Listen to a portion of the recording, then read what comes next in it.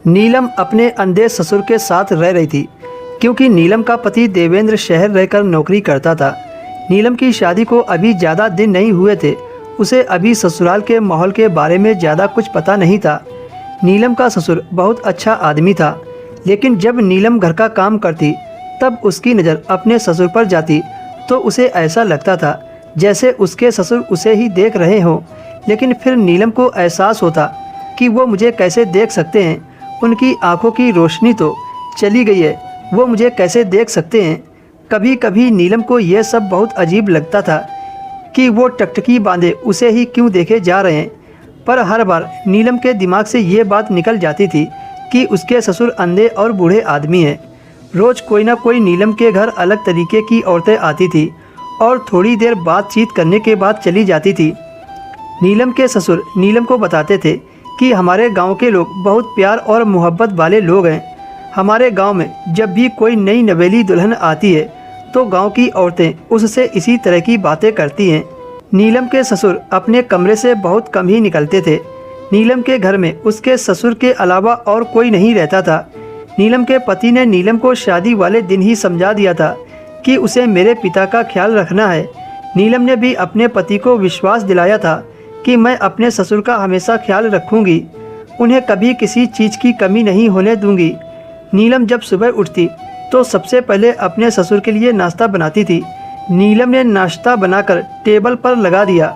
नीलम के ससुर नाश्ता करने के लिए टेबल पर बैठे थे और नीलम ठीक उनके सामने वाली कुर्सी पर बैठी थी। नीलम ने उन्हें अपने हाथों से नाश्ता निकाल कर दिया और नीलम ससुर को अपने हाथों से नाश्ता कराने लगी। नीलम को ऐसा लग रहा था जैसे उसके ससुर की नज़र नीलम पर है। उसके ससुर हमेशा आंखों पर काले रंग का चश्मा लगाकर रखते थे।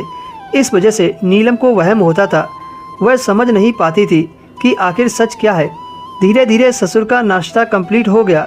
नाश्ता खिलाने के बाद नीलम गले में दुपट्टा डालकर घर के काम में लग गई।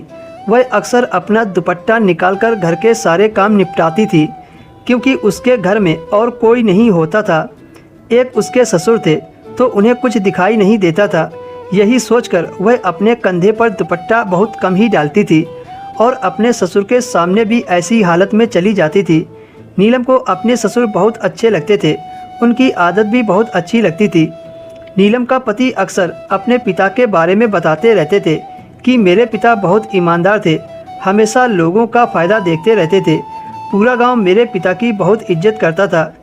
एक दिन नीलम अपने ससुर को बाथरूम में नहला रही थी, तभी उसके ससुर ने नीलम को पकड़ लिया और कहा, बहू तुम बहुत सुंदर हो, तुम्हारी सुंदरता पर मैं फिदा हो गया हूँ, आज मुझे भी अपनी सुंदरता का मज़ा लेने दो। कहते कहते ससुर ने अपनी आंखों से चश्मा हटा दिया, जिसे देखकर नीलम दंग रह गई। उसके ससुर सब कुछ देख सकते हैं, उसे तो पहले से ही शक था क्योंकि नीलम ने कई बार ससुर को अजीब तरीके से देखते हुए देखा था। नीलम घर में अकेली थी, उसे बचाने वाला कोई नहीं था। उस दिन नीलम के ससुर ने नीलम के साथ बहुत बुरा किया था।